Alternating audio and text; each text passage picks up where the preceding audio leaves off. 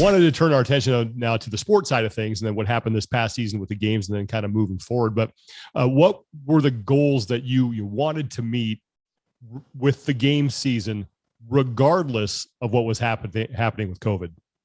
We wanted to get back to a big spectacle. It was really cool to get back to the intimacy of the ranch last year, but we wanted to bring this back to the main stage.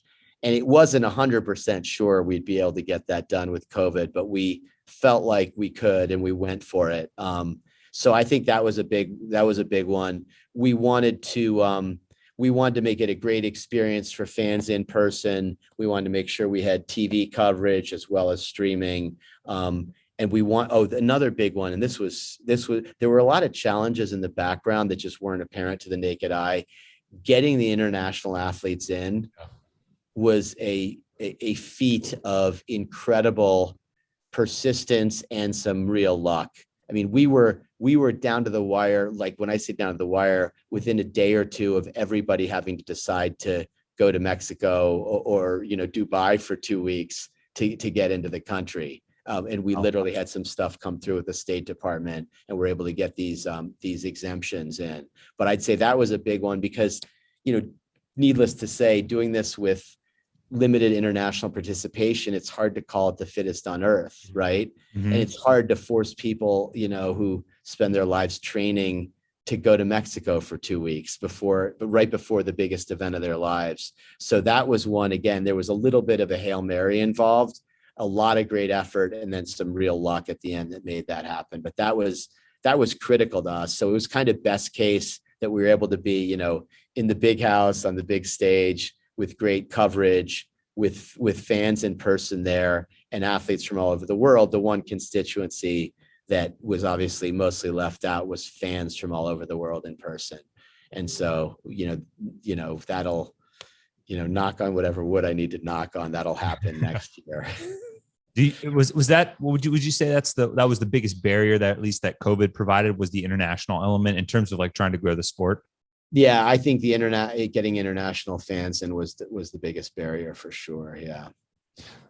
Go ahead. I was gonna say, looking back at the season as a whole, what are some things that stand out to you that you were like, yeah, we got that right? Like, I'm really happy that we were able to do that.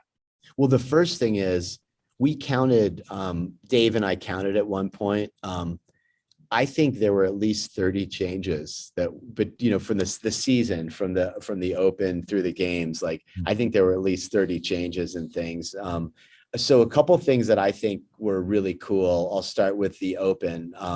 I think reducing the open to 3 days was like almost uniformly positively received. And I asked a bunch in Europe too, just to see what was different. I've owned an affiliate for 9 years. 6 weeks was a huge pain in the ass. So I think that was a big upgrade. And even as an athlete, as an aging athlete, it's less wear and tear on the body it's for 3 weeks and push that hard. I also, on the open, I wanted to say, bringing back the open announcements was, those are very expensive to produce. Mm-hmm. And so I can see why Greg decided to do away with them, but they're so awesome. And so I'm sure you guys agree with that. Totally unbiased, right? We concur on that. Yeah, Sean, you're not biased at all, are you? Not whatsoever. No. We have like such good-looking commentators on there. I agree with awesome, that too. Right? So I think that was another huge win. And then I loved having the quarterfinals in there, even though I didn't make it this year, maybe next year. But I thought that was so cool, having 10% of the field have a chance to compete at the next level. And I think it really made a big difference to people. I think something like half of the people who were eligible decide to play in that round. And that was, as you guys know, that was not for the faint of heart, man. Even in the Masters, I looked at the Masters stuff. I'm like, thank God I didn't make it to the next level. Did either of you guys do it or not? I did. I did the Masters and individuals. And how'd it go? It went great. I set personal records on the amount of pistols I've ever done in my life because that is not one that sits well with me. But basically all of the goal times that I had set for myself and worked through, I pretty much hit, like I hit the benchmarks that I wanted to for the lifts I hit. I improved on my front squat from one stage to the next. So like a lot of these cool, like measurable things that forced me out of my comfort zone. I was Give really us a front squat number. Ooh, I think I was like 280 something, were you? The first time, or 292 the first time. I think I was maybe 312. Nice. 317 the next time. I'm not a great squatter. I pull. I like power cleans and deadlifts. So I was just happy that my knees and ankles could get me there. That's awesome. Yeah. So I mean, I just that was, I mean, obviously we've always had the AGOC, but having that have a bigger field and then having the everyone be able to participate, I think that's a huge keeper for us too. Totally. You mentioned the open announcements. What are the plans for those, moving forward? I think we're going to do them again. All right. We're going to do them again. I'm not committing to anything, but it'd be great to see, to get some international representation there too. We obviously have to work through logistics and COVID and other stuff. So, Dave ultimately will make those calls, but I think they were great. And, and like, again, a big investment, i.e. money loser for us, but I think we think they're important, and we'll keep it going. Mm-hmm. What are some areas that you look to improve upon, like right off the top? In the sport? Yes. Yeah. I mean, there's a lot. So my pausing isn't because I don't think we have a bunch to do. That's good. Let me buy some time. What would you guys like to see us improve upon? Well, I think, one thing, so this will actually this will lead to another question. One thing that we hear a lot from people, and you hear a lot when you talk to fans, it's like, well, CrossFit needs to be more like a professional sport, but then you get different ideas of what that is going to be, like what that entails. I guess we could start where it's like, what do you think that means when people say that CrossFit needs to be more of a professional sport? Yeah. Well, I think more money into it for Mm-hmm. sure is one of the things that people are talking about. And, we had, thanks to our Noble partnership, et cetera, we had, more money, more prize money than ever before. And I think it's great to see like what Rogue's doing with their invitational, like more money. And just to make sure people think about that the right way. Bill Henniger and I were talking about this a couple of days ago. Like, it's a massive positive for us that Rogue has prizes that big. Like, it's not like we feel competitive with each other. Like, the more money we can be getting to athletes, the better. It's incredibly expensive to put on these events. I mean, people have no idea, but you could kind of guess because, the production quality of the games, both in person and when you're watching it streamed, you could be at an NFL game or something, and we don't have that kind of income. You know what I mean? Yeah. So it's a huge investment for us. And I, so we want to see more money come into the sport so that more can go to the participants, and we can, underwrite continuing to do this stuff at a grand scale. As you all know, I think we have one more year that we're committed to Madison. And so we've got big decisions to make around location as well. Boy, what a complex decision-making matrix you have for that one too. Yeah. That's a big one for sure. And I think that's one that's as eagerly anticipated in the community as ever, right? It's like, it's almost like deciding where the next Olympics is going to be, especially with how little the games have moved across its history.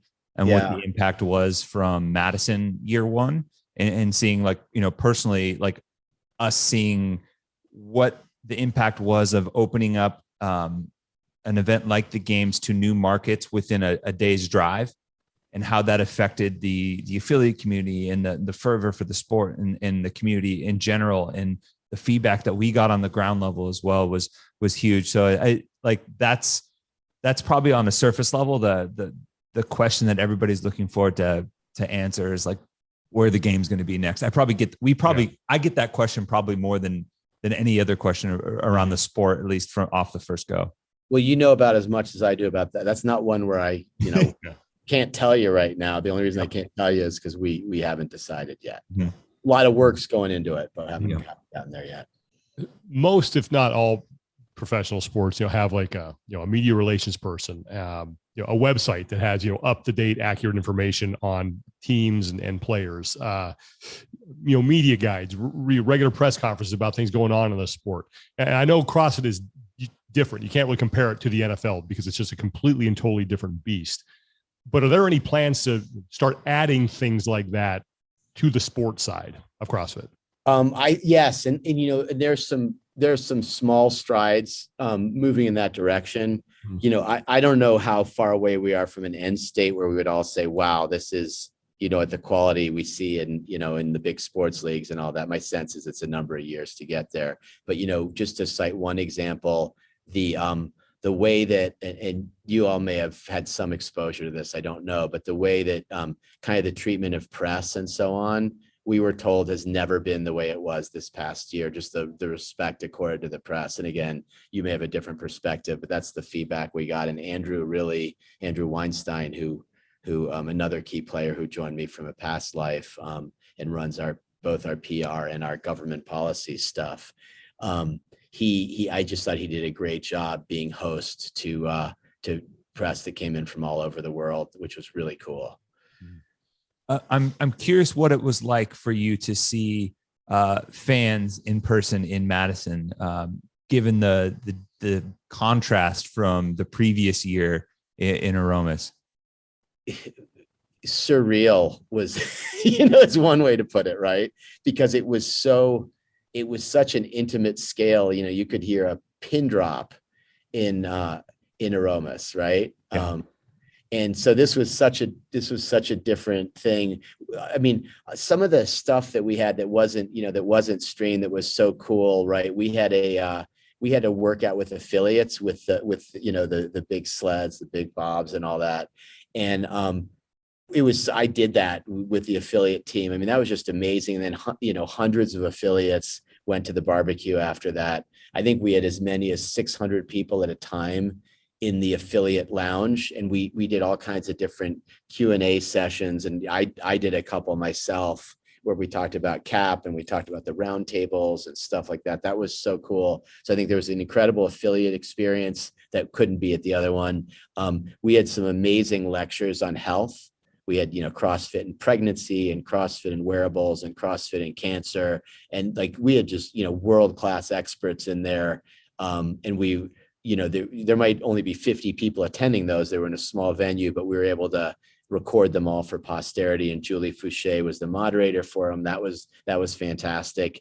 And then the other thing that I think we did, that we were able to do, because this was on a different scale than, say Aromas, and is a reflection of where we're going with CrossFit, is we had incredible showing from the nonprofit partners in a way that we never really have before. So all the philanthropic organizations within CrossFit who were able to attended, including even Battle Cancer from the UK came in.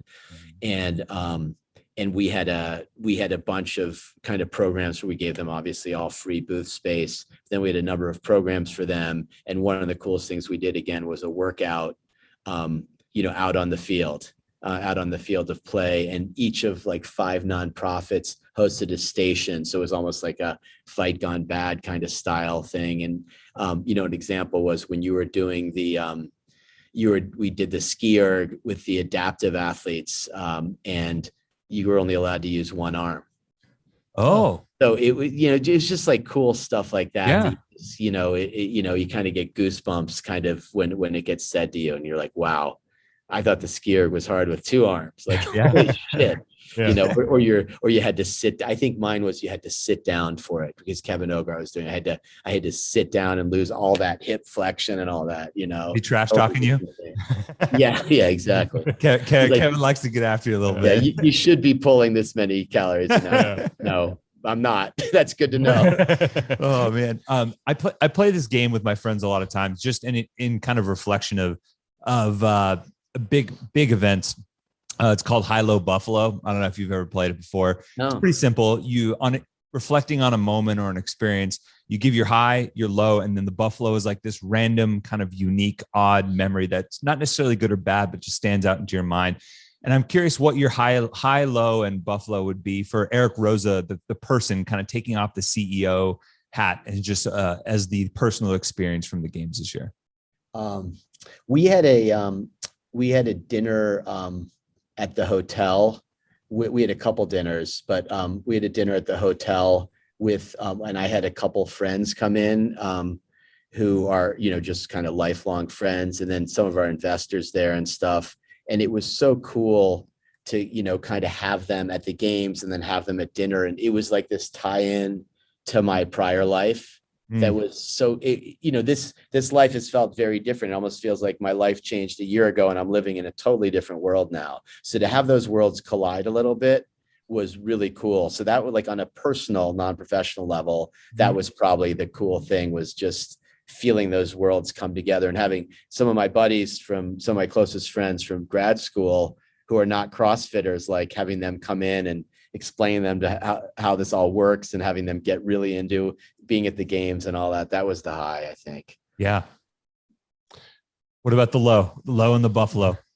The low and the Buffalo. The low is always tough. The low is always the toughest part, especially when it's a cool event. Yeah. I mean, I think there were times, just to be totally transparent and vulnerable about this, there were times when I didn't know exactly what my place was at the games, right? That it's going on without me. So it's one thing when I'm like in a speaking thing where I'm talking to people, or, whatever, or doing a meeting with the partner or whatever. But there were times when I was like, this thing doesn't need me to go on, clearly, so I'm kind of superfluous. So there were a few times when, I had like 4 hours with nothing scheduled. I'm like, what am I supposed to do right now? Yep. I don't want to walk along and be baggage with people. Like I want to be adding value. Right. So that probably, and that didn't happen much, but there were probably a couple times when that happened. Mm-hmm. Awesome. I was just saying, what's the weird kind of unique one? You're getting a firsthand look at what it's like to like go to an event or something with all of my friends from growing up. So yeah. Well, except they're not on a podcast. True. It's true. It's a good point. I'm going to be judged for what's weird. I think interacting with the affiliates was really cool. Yeah. So when I went up there and I did this, I basically did a meet and greet, and like, I can tell you, like when folks want to meet me in an event or whatever, like I get asked a lot to like take pictures with people, and I don't take that for granted, right? I'm not somebody who's anyone ever wanted to take a picture with, even my family, right before the last.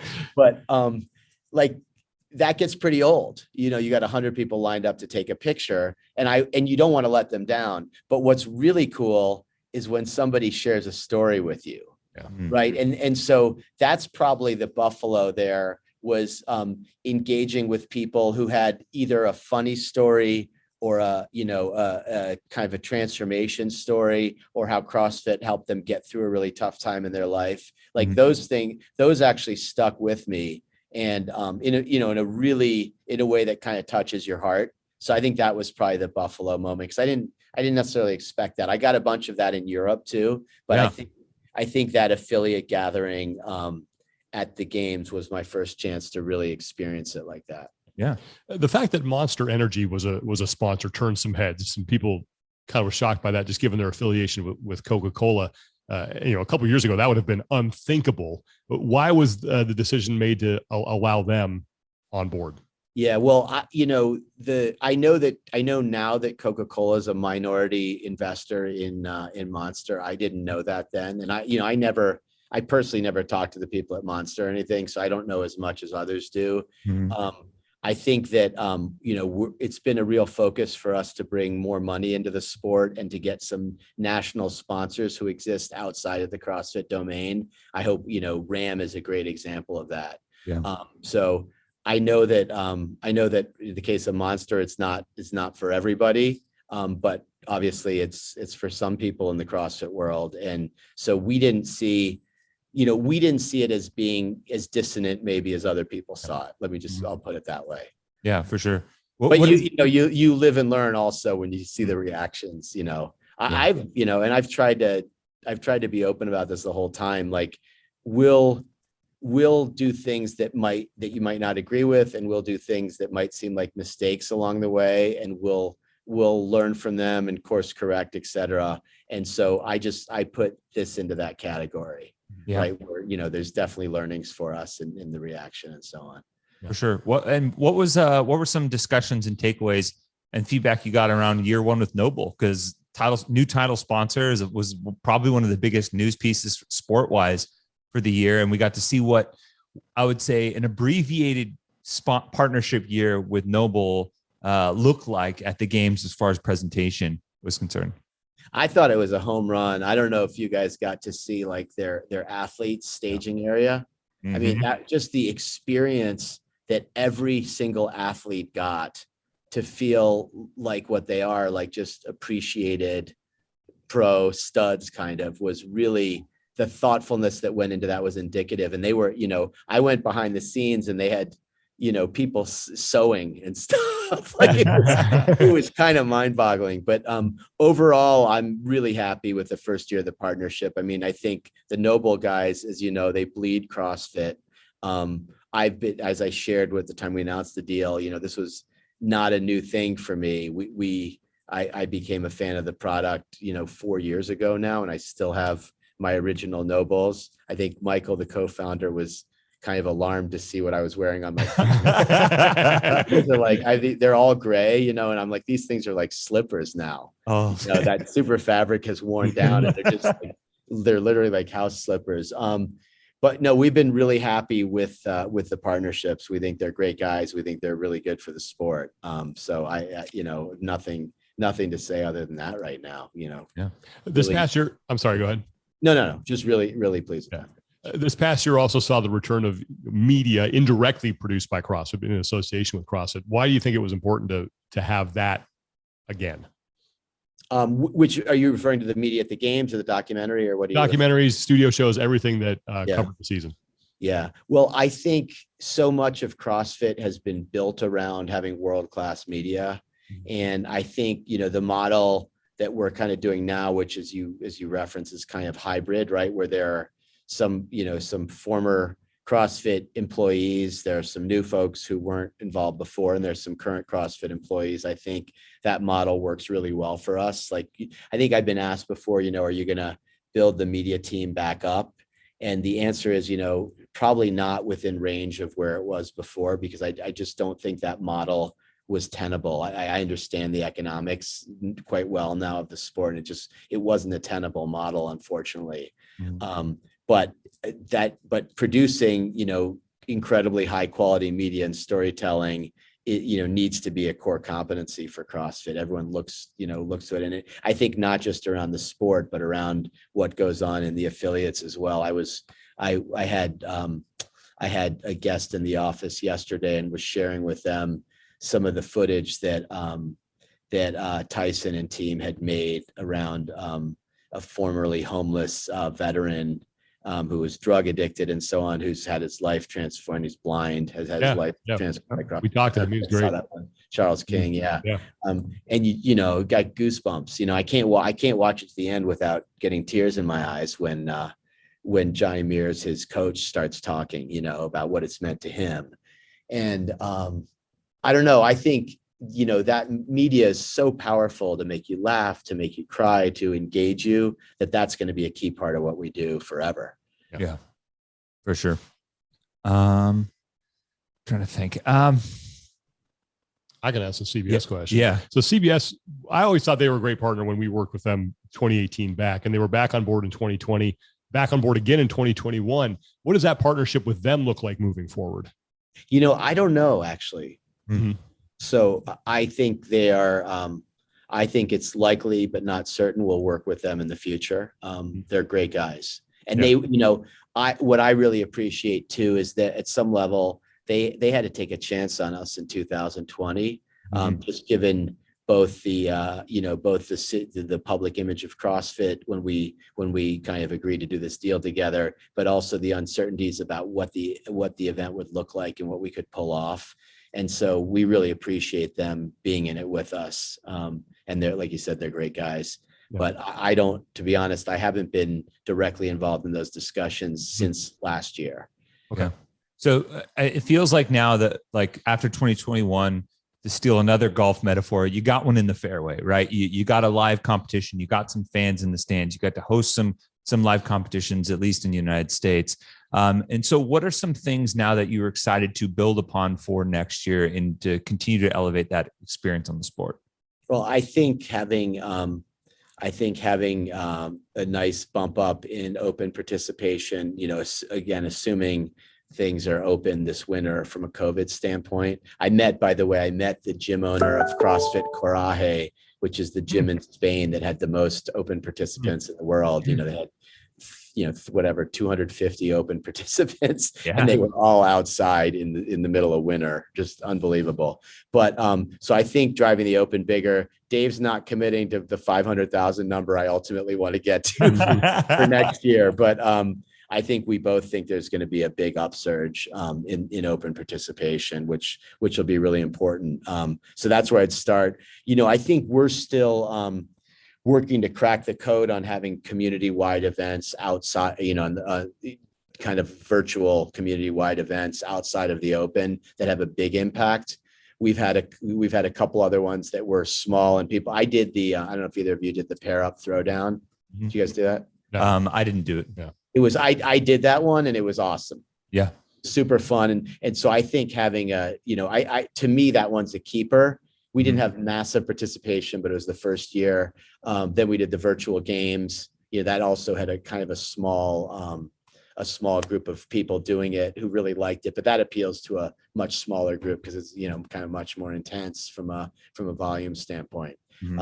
But I think in general, having more, we've heard loud and clear from the community and affiliates, having more opportunities to compete community-wide will be cool. And I think with CAP, we have a lot of opportunities to do that. I mean, we just, without making a big, big hubbub around it, with Fran was programmed in CAP. I can't even remember if it was last week or the week before. I was in Europe. I think it was last week, but it might've been the week before. I've completely lost track of time with being in Europe. So you had, in the history of the world, the most people that have ever done Fran on one day.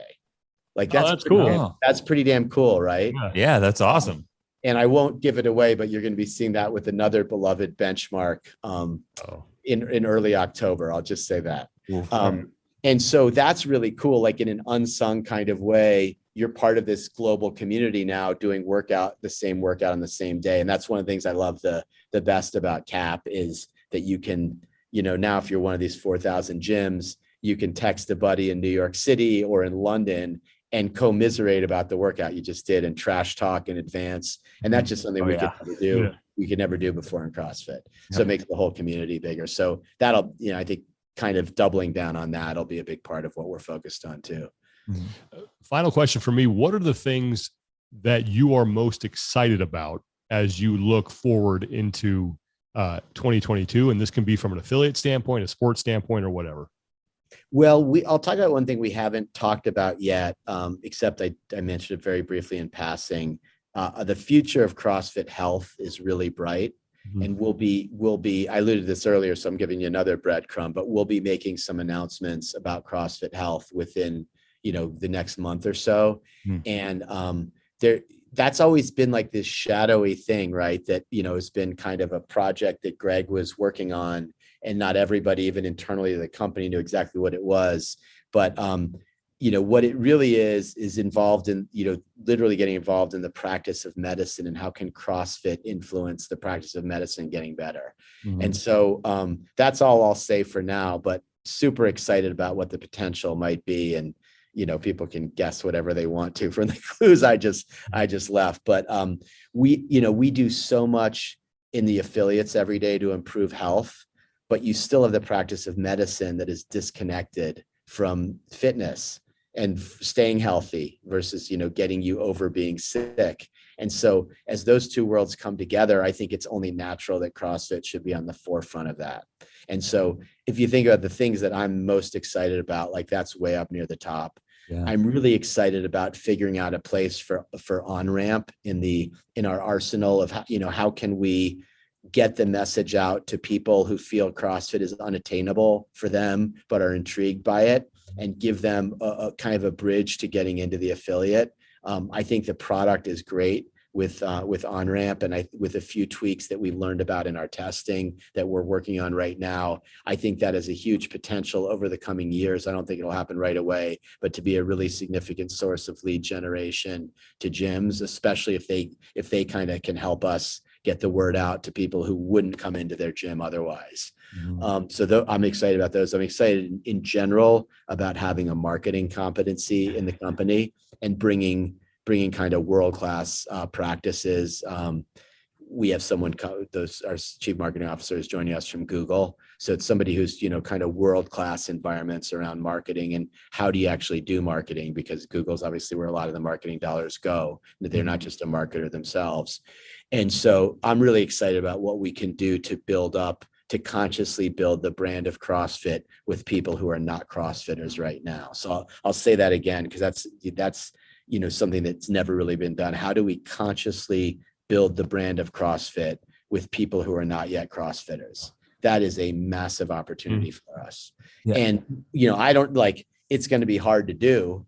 And we don't have a huge budget compared to other big consumer brands, but I think that there's a lot of great stories waiting to be told out there and waiting to get traction that will bring a lot more people into CrossFit gyms. Yeah. You kind of posed the question back at us when we were talking about ways to improve and professionalize the sport. I think that marketing element and that communication strategy is a major part of that. And even kind of mentioning the pair up throwdown when you brought it up, as people who generally try to keep our finger tapped into the workings of the community and sport and things like that, even that competition almost, I don't want to say I didn't know about it, but I know what you mean. Yeah. So that definitely, I mean, it got lost, right? When we have so much stuff like that gets lost. And part of it is we might just be trying to do too much without a thoughtful strategy. But if we prioritized, we consciously deprioritized the virtual games. So almost no one knew about it. Yeah. But then the question is, why do it then? Right. Well, there were reasons to do it and get some of our chops in place, but you're absolutely right. That didn't penetrate above the noise level. Right. And so in some gyms it did. We actually featured it at my gym at Sanitas, and we probably had 20 pairs doing it, which was, pretty good. But that's a great example where you're right on time, where you got to get the message out. If you're going to do something, if you're going to bother to get the message out, you got to really get the message out. Yeah, for sure. You mentioned maybe making the age group online qualifier next year. What are some other personal goals you have for the next? I didn't say that. I think I'm a perennial long shot now. I don't know. Everyone likes an underdog story. Yeah. Everyone likes an underdog story. I gotta tell Castro I'll fire him if he doesn't program better for me next year. I gotta play that card. Oh man. Oh, that's fantastic. Yeah. I think he's counter programming against me. That's what I think. Mm-hmm. Oh man, that would Oh, I wouldn't put it past him. But yeah, is there any other personal goals, things like that you hope for the next calendar year? As an athlete, you mean? Yeah, athlete, any way, it doesn't always have to be CrossFit. Well, I want to remember to have more fun. I can get pretty intense and pretty goal driven and focused, and I don't always remember to lighten up. So I need to do more lightening up. I think for that would be number one for sure, is enjoying the ride. As it's always an illusion when you put out there, well, I got to get to this goal, and once this goal gets done, then everything will be great. It just so isn't that way in life, right? So I think doing a better job of enjoying the ride. It's an incredible ride. I pinch myself every day. I'm so fortunate to be on it, but I got to remember that it's the ride that is the fortune, not achieving some destination. I think as an athlete, I've had a bunch of nagging stuff this year that I just I still have this rotator thing going on right now. So I'd really like to I feel pretty good right now, other than the shoulder thing. By the way, first workout ever today where I did 150 GHD sit-ups. Wow. That's a little, check in with us. Check in with us in about 2 days. I don't think I'm going to be able to stand up straight. Still feeling okay, but we had with Cap today. It was a GHD Annie basically, which is funny to do it that way because you're it's not, you want as much time on the rope as possible to recover from the GHDs. And you're like, great, I get to do 20 double unders between like 30 and 20. Why not just give me another 50 to do here? Oh man. But I think being able, feeling like I'm fit and not kind of hobbled by stuff is a goal. I just had a lot of little stuff, nagging stuff going on this year that's made me feel not quite whole as an athlete. Mm-hmm. And I'm kind of coming out of that, hopefully get a little reprieve for a while. But as you know, like with age, these things tend to happen. That is a fact. Hey, sometimes those little nagging things are. Sean, you and I know this better than Tom. Oh man, yeah. He's like, this guy over here, you're 35. Oh man, you're still a kid. I love when people who are like 35 talk to me about, I feel like I'm getting old. Like it's harder to recover. I'm like, talk to me, man. I'd trade places with you in a second. I watched Sean try to stand up out of that chair, 3-4 times a week. So I'm not going to complain. Yeah. My knees popped so loudly the other night, they almost woke up my son. So that was, I was in the room. So that was pretty bad. And I want to continue to get, I want to continue to work on technique. Like there's a bunch of stuff where, I'm not technically as good as I'd like to be. And so I'd like to keep working on that versus saying my goal is to snatch 200 or something. Mm-hmm. It's much more like to look better in my snatches, just feel like the mechanics are getting better. Yeah. Because I think then the other stuff, hopefully will come. Totally. Well, Eric, we always appreciate you taking the time to do this. Thank you so much for stopping by. Thank you for, your honesty and your candor here. And I won't speak for everybody, but anytime that we get a chance to listen to you or talk to you, I always leave feeling more optimistic about what's going on. So thank you for that. And thanks for everything you're doing, man. Thanks for saying that, man. That means a lot to me. Love being with you guys. Sorry, it's not in my living room again this time. Throw down together in the not too distant future. And I love and appreciate what you guys both do for the sport as well. Thank you so much. We really appreciate it. Thanks, Eric. Thanks.